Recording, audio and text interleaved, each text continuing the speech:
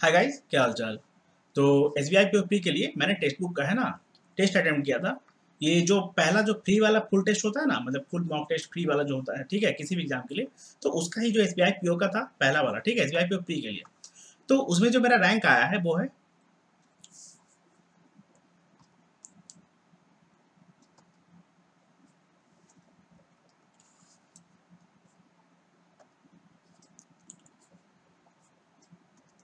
तो उसमें जो मेरा रैंक आया है वो है 305 आउट ऑफ 31,925 स्टूडेंट्स, ठीक है, ये कैंडिडेट्स जिन्होंने इस टेस्ट को अटेम्प्ट किया है। 31,925 लोगों ने इस टेस्ट को अटेम्प्ट किया है, जिसमें से मेरा जो रैंक है वो है 305, ठीक है। मेरा जो स्कोर आया है वो है 69.75 आउट ऑफ 100। 81 क्वेश्चन मैंने अटेम्प्ट किया था। 88.89% जो है वो मेरा एक्यूरेसी रहा है, और जो मेरा परसेंटाइल है वो 99.05 परसेंटाइल है। अब ऐसा कैसे? देखिए, एक तो मैंने 81 किया, कितना मेरा गलत भी हो गया। आप ये इंग्लिश का देख सकते हैं, इंग्लिश में मैंने 27 अटेम्प्ट किया था, और मेरा जो स्कोर आया है वो है 15.75। उसके बावजूद भी अगर मेरा ऐसा परसेंटाइल आ रहा है तो मुझे डाउट हो रहा है कि हाँ, ये मतलब क्या चल रहा है, मतलब है ना, मुझे तो एकदम मतलब समझ ही भी नहीं आ रहा है कि हाँ, इस स्कैम का मतलब चक्कर क्या है। और उसके बाद मेरा जो मतलब इंग्लिश में जो मेरा स्कोर रहा है वो 15.75। मुझे सच में समझ में नहीं आ रहा है कि हाँ, कैसे क्या कहाँ पे गलत हुआ है, बिकॉज मैंने बहुत ही अच्छे से किया था।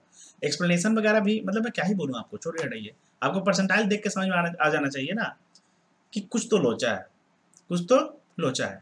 अब उसके बाद क्वान्टिटेटिव एप्टीट्यूड में जो मेरा स्कोर है वो है 27, और 27 जो है वो मेरा मतलब 27 मतलब मेरा था अटेम्प्ट, और स्कोर भी मेरा बिल्कुल उतना ही बना है, 100% एक्यूरेसी।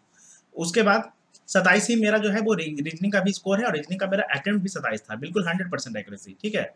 और ये जो मेरा ओवरऑल था, बोलने का मतलब 69.75, ठीक है। 81 अटेम्प्ट था, इतना और इतना, मतलब इतना टाइम लगा है, इतना परसेंट है एक्यूरेसी। और जो मेरा परसेंटाइल आया है वो 99.05। मेरा अब तक का मेरा सबसे हाईएस्ट जो मेरा परसेंटाइल है ना वो यही है, मेरा हाईएस्ट है अब तक का, सबसे ज़्यादा, मतलब अब तक मतलब मेरा इतना कभी आया ही नहीं है, ठीक है। तो ये हो गया जो फुल फ्री टेस्ट होता है उसका, मतलब मैंने बात कर लिया। अब एक और मैंने टेस्ट दिया था इसका, उसका उसको भी मैं आप लोगों के साथ डिस्कस कर लेता हूँ। स्क्रीन को डिलीट करना पड़ेगा। देखिए, मतलब ऐसा आप लोग प्लीज मत समझिएगा कि हाँ, मेरा उतना जो इंग्लिश वगैरह में कम आया है, उसके बावजूद मेरा परसेंटाइल इतना हाई कैसे है, देखिएगा। मैं आपके सामने मतलब इसे लाइव जो क्या बोलते हैं, जो वेबसाइट है ना, बिल्कुल लाइव चल रहा है। देखिए क्या आपके सामने ओपन हुआ, 99.05, ठीक है, सब कुछ सेम है, आप देख सकते हैं 305। उसके बाद ये इतना स्कोर है। अच्छा, ये भी थोड़ा सा बढ़ चुका है, पता नहीं अब कैसे बढ़ गया, क्या ही चल रहा है मुझे पता नहीं, है ना। अच्छा, किसी ने दिया होगा, अटेम्प्ट किया होगा। अब उसके बाद इतना मेरा अटेम्प्ट था, और इतना मेरा एक्यूरेसी था, और इतना मेरा परसेंटाइल था, ठीक है। आप सब कुछ मतलब देख सकते हैं, आपके आंखों के सामने है ना। ये मतलब लाइव वेबसाइट है ना। मैंने इसमें कुछ भी एडिटिंग वगैरह नहीं किया है। मुझे एक्चुअली परसेंटाइल में बहुत डाउट हो रहा है, मैं क्या ही बोलूँ।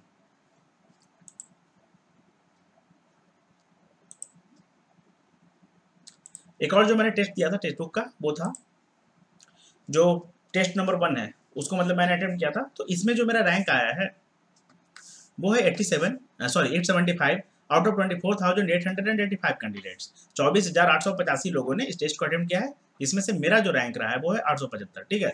वैसे मैंने आप लोगों को पहले भी बोला है, रैंक वगैरह पे मेरा कोई मतलब उतना फोकस रहता नहीं है, क्या मतलब मेरा काम क्या है कि अटेम्प्ट करना, एक्यूरेसी पे फोकस करना, है ना, और जो वीक एरिया है उसके ऊपर वर्क करना, ठीक है। स्कोर मेरा 60 बना है, 65 मैंने अटेम्प्ट किया था, और जो एक्यूरेसी था वो था 93.85%। परसेंटाइल इस बार मेरा रहा है 96.49 परसेंटाइल, ठीक है। इंग्लिश की अगर बात किया जाए तो 23 जो है वो मेरा स्कोर रहा है। 28 क्वेश्चन जो है वो मेरा मैंने अटेम्प्ट किया था, और 4 क्वेश्चन जो है वो गलत हो गया, तो जाके एक नंबर जो है वो मेरा डिडक्ट हो गया, है ना। अब उसके बाद क्वान्टिटेटिव एप्टीट्यूड का जो मेरा अटेम्प्ट था वो था 14। इसमें मेरा 14 जो था, 14 अटेम्प्ट था, 14 स्कोर आया है, 100% एक्यूरेसी। थोड़ा सा मतलब पेपर का लेवल सच में अच्छा था, और मैंने कुछ क्वेश्चन जान के कम किया, बिकॉज मुझे लगा कि मतलब मैंने आपको बताया है, मैं टेस्ट को की सिर्फ और सिर्फ एनालिसिस के लिए देता हूँ, है ना, ये देखने के लिए कि हाँ अभी क्या लेवल चल रहा है। और उसके बाद जो रीजनिंग एबिलिटी है उसमें जो मेरा स्कोर रहा है वो 23 रहा है। 23 क्वेश्चन ही मैंने अटेम्प्ट किया था, 100% एक्यूरेसी, ठीक है। तो ओवरऑल मेरा 60 स्कोर आया है, 65 मैंने अटेम्प्ट किया था, और आप लोग देख सकते हैं ये एक्यूरेसी क्या इसे बोलते हैं, परसेंटाइल, ठीक है ना। तो अगर आप लोग भी SBI PO प्री के लिए प्रिपरेशन कर रहे हैं तो प्लीज़ आप लोग टेस्ट वगैरह देते रहें। मैंने अपना जो भी प्लान वगैरह है उसमें मतलब आप लोगों को बताया था किस तरीके से आप लोग दे सकते हैं। मॉक टेस्ट का भी मैंने एक एनालिसिस कर दिया है।